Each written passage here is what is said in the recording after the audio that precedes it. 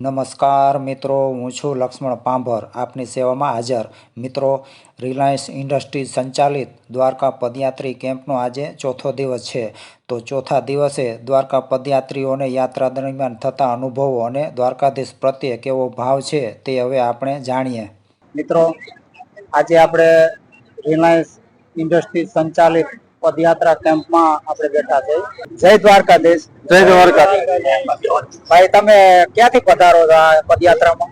ચોટીલાની બાજુમાં જસાપર ઘંટિયા. ચોટીલા બાજુ જસાપર ઘંટિયા. તો તમે કેટલા જણાનું ગ્રુપ છો તમે? અમે 50 જણા અહીં.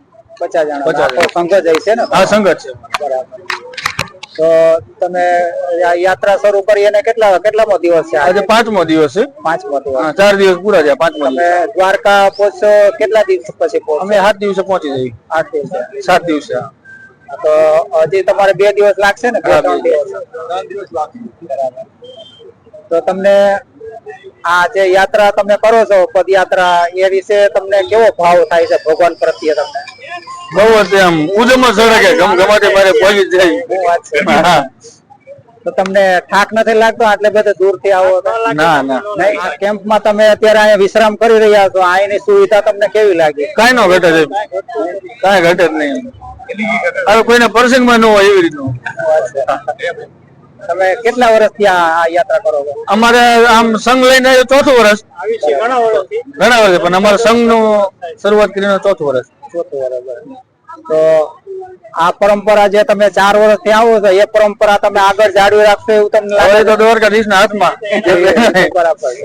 તો તમારે અંદર થી તમને એવું થાય છે કે મારે આવતા વર્ષે આવવું છે, એવું લાગે ને? એવું થાય છે. બરાબર. જય દ્વારકાધીશ દાદા. જય દ્વારકાધીશ. તમને કેવું લાગે છે આ પદયાત્રા તમે કરો? સારું લાગે. બહુ સારું લાગે. સગન આપા એવું કહેજો. તમને તમારી ઉંમર કેટલી છે? 65 વર્ષ. 65 વર્ષ. તો તમને આટલી ઉંમરે થાક નથી લાગતો? કાંઈ નો લાગે. નહીં લાગે. કેમ્પમાં જમી લ્યો કે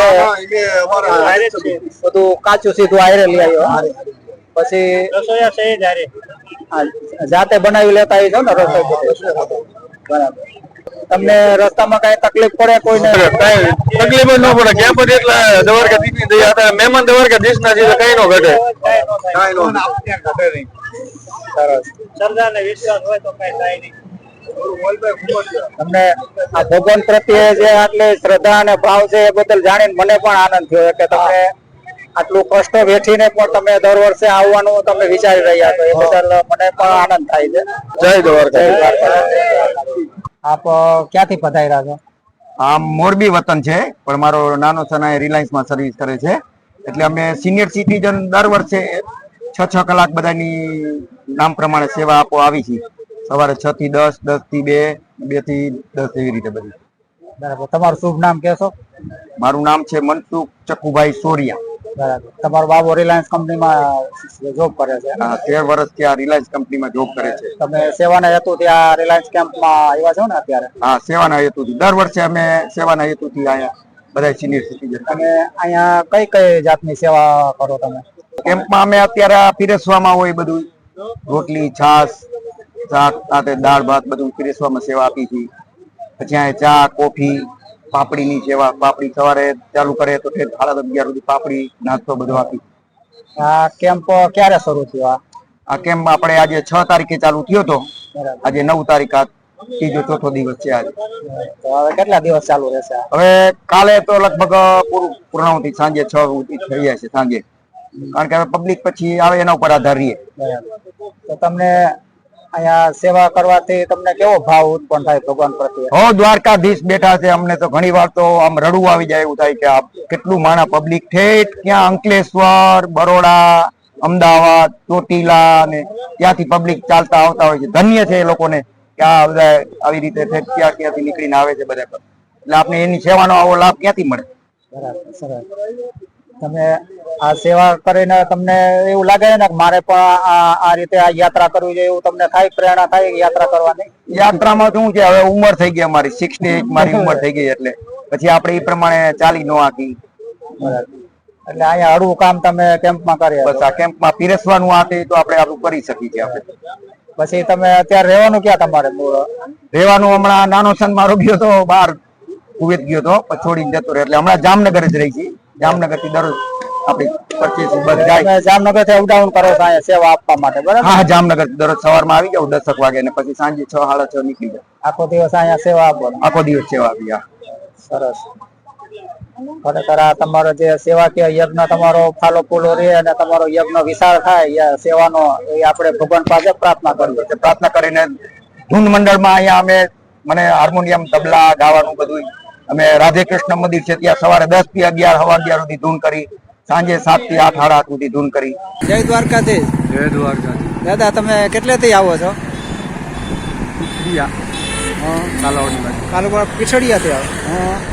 તો તમે ત્યાંથી કેટલા દિવસે અહીંયા પહોંચ્યા તમે? 3 દી થયા.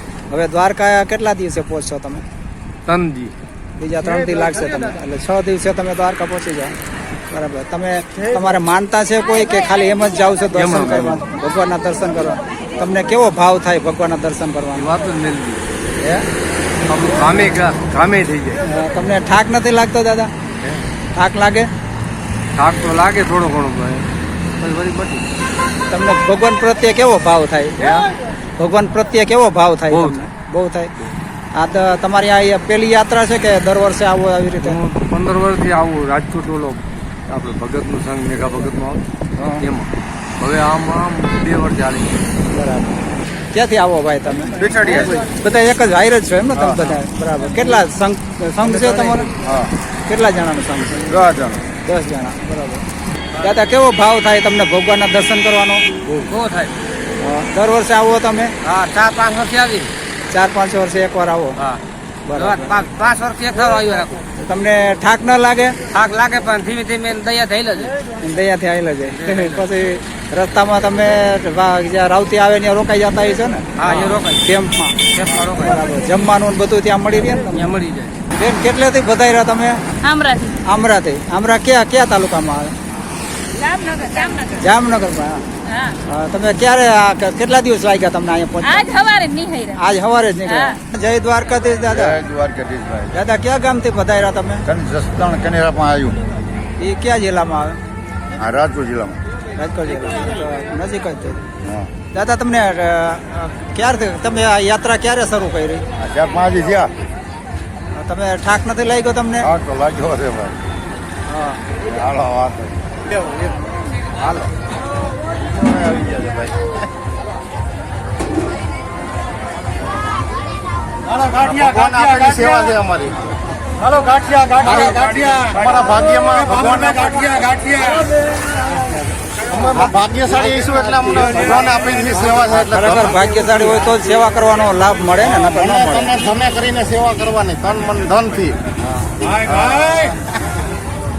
અને બધે સમથી સેવા કરવાની, એકબીજાના સહયોગથી સેવા કરવાની. હા એમ જ હોય ને. હા એકબીજાની ખટપટ નહીં કરવાની. સાચી વાત. એક નાના બાબાર